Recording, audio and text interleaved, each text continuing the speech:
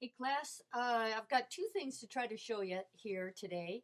The first is this article, Slave Ideology and Biblical Interpretation. You can find it in Doc Sharing, written by Katie Geneva Canon. She's the one that we will read in week 12 on womanist theology. This is an early piece of her work, and I'd like to direct any of you who are worried about how to write a 15-page research paper to this article. It's a great model for you. This is about a 10-page article is all, plus its references after that. And that probably equates to 15 to 20 pages of 1.5 space text. So it's about the right size. And she does a very nice job in here. You got 15 pages. This is where structure supports creativity. Let's go 5, 5, and 5, figuring to yourself, if I divide the paper into 3 steps, and each of those steps gets about equal weight, then I have made a logical structure that says these 3 elements are of equal importance, and if you have these 3, you can understand my larger point. So if we look here, it takes her, here's her introduction.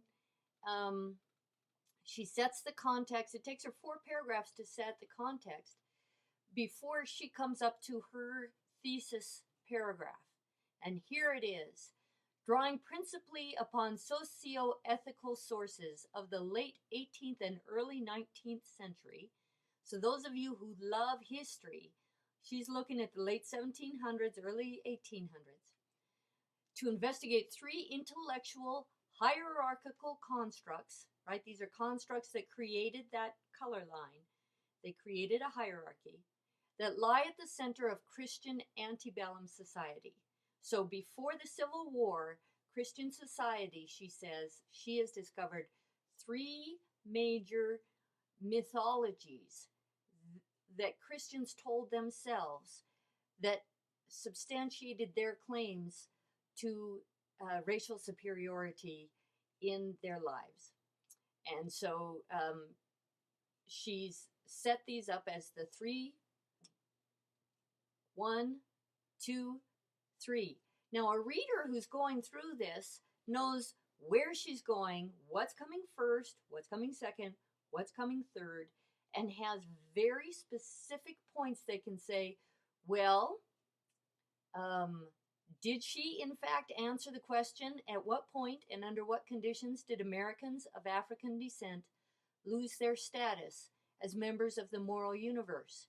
Now, all of us have got to have wondered at some point when we read Equiano, for example, how was it that people who were praying and reading nevertheless were able to put Africans into a category that belonged outside the moral universe of love thy neighbor as thyself? How did that happen? She's going to look at that. Secondly, what are the ethical grounds that make the formula for heathen conversion intrinsically wrong? So she's going to look at the ethics of what Christians were telling themselves about how important heathen conversion was. And then third, what are the hermeneutical distortions? And hermeneutical means interpretation. Think about Hermes, right? The god who goes from humans to the gods. He's the guy who makes the link, the interpretive link, because humans can't talk to and understand God. Hermes is the messenger god. When humans are doing theology, when humans are reading sacred books, they are doing hermeneutical, they are doing interpretive work. So what are the hermeneutical distortions that shaped the slavocracy's polemical patterns of biblical propaganda?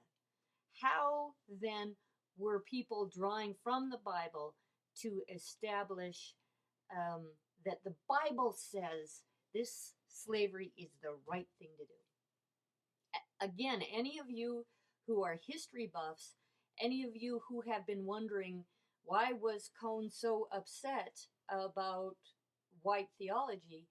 This will give you a nice 100-year picture of how white Christianity was justifying slavery.